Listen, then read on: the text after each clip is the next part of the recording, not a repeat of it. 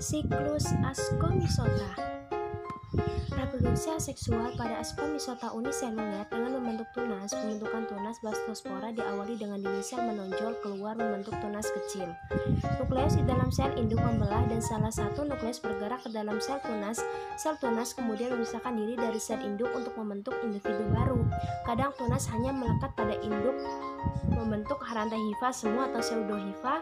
Reproduksi aseksual pada Ascomycota multiseluler dengan fragmentasi miselium dan membentuk konidia atau spora pada ujung konidivor. Reproduksi seksual pembentukan aksopora di dalam askus dari dua hifa berlainan jenis saling berdekatan. Salah satu hifa membentuk alat kelamin jantan atau anteridium dan hifa lainnya membentuk alat kelamin betina atau ascogonium. Setiap jenis kelamin punya inti haploid. Pada ascogonium tumbuh trigogen atau menghubungkan archegonium dan anteridium. Plasma pindah dari anteridium ke ascogonium atau plasmogami. Kedua inti pada haploidnya berpasangan ascogonium membentuk hifa. Kumpulan hifa ascogonium dikaryotik membentuk ascokrap. Ujung hifa pada ascokrap membentuk askus dengan dua inti haploid berpasangan. Kedua inti mengalami karyogami atau penyatuan inti sehingga berbentuk diploid. Diploid mengalami meiosis membentuk 4 inti haploid. Masing-masing membelah secara mitosis. Di dalam askus terdapat 8 inti haploid. Kedelapan inti dikelilingi dinding sel membentuk ascospora.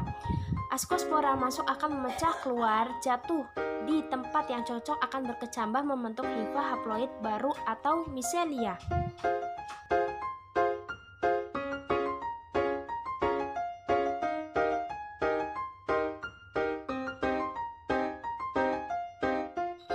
Siklus fungi Basidiomycota. Basidiospora haploid berkecambah pada lingkungan yang cocok dan tumbuh menjadi miselium haploid.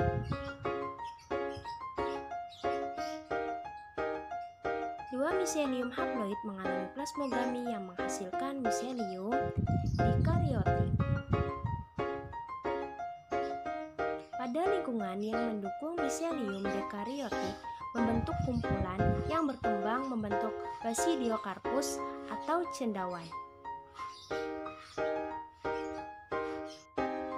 Basidium dengan inti dikaryotik mengalami karyogami atau penggabungan inti membentuk inti diploid. Inti diploid mengalami meiosis menghasilkan 4 inti haploid. Inti berpindah menuju penjuluran Basidiospora.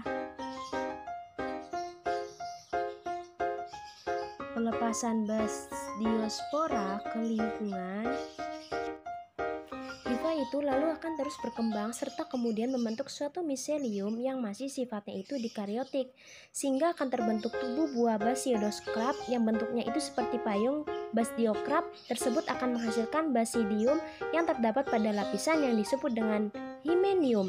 Di tempat seperti itulah kemudian akan terjadi suatu karyogami yang merupakan suatu persatuan antara dua inti itu menjadi satu. Kemudian inti tersebut akan mengalami sebuah pembelahan meiosis itu di dalam membentuk 4 spora haploid yang disebut dengan sebutan Basidiospora. Demikian seterusnya.